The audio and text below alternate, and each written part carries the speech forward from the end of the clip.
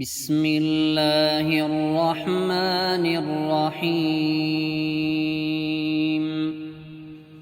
تبارك الذي نزل الفرقان على عبده ليكون للعالمين نذيرا.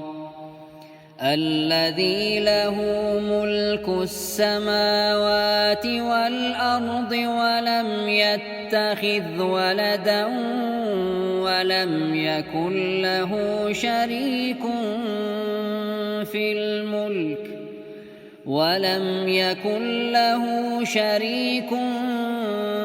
في الملك وخلق كل شيء فقدره تقديرا.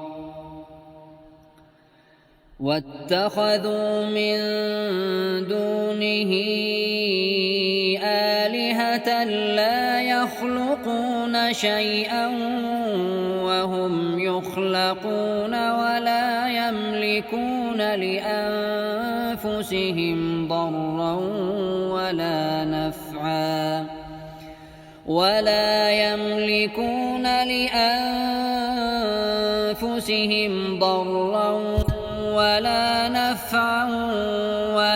يملكون موتا ولا حياة ولا نشورا.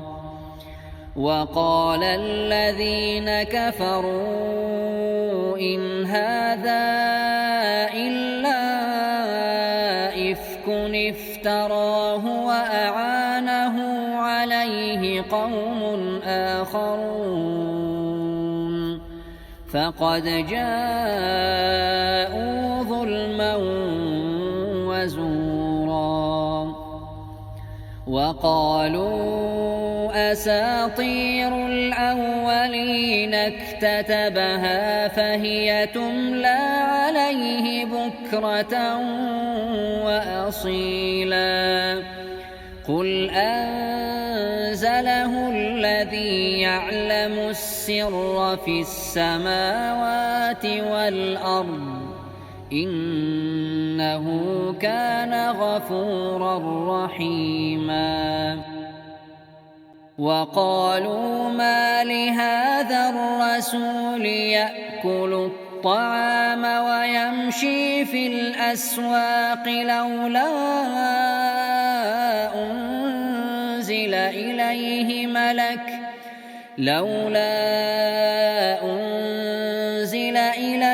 ملك فيكون معه نذيرا.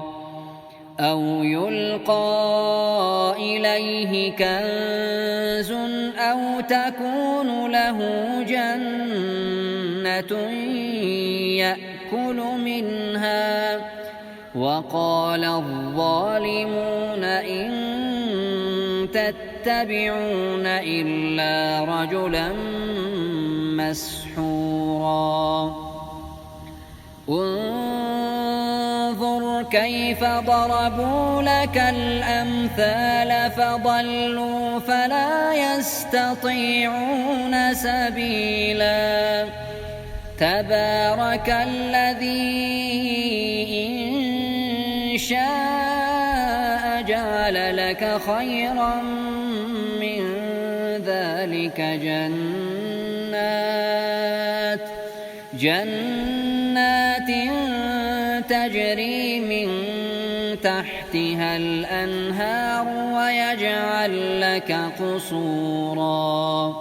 بل كذبوا بالساعة وأعتدنا لمن كذب بالساعة سعيرا. إذا رأتهم من مكان بعيد سمعوا لها تغيظا وزفيرا.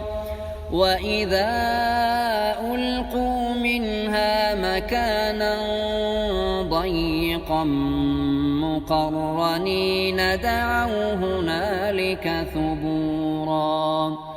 لا تدعوا اليوم ثبورا واحدا وادعوا ثبورا كثيرا قل أذلك خير أم جنة الخلد التي وعد المتقون كانت لهم جزاء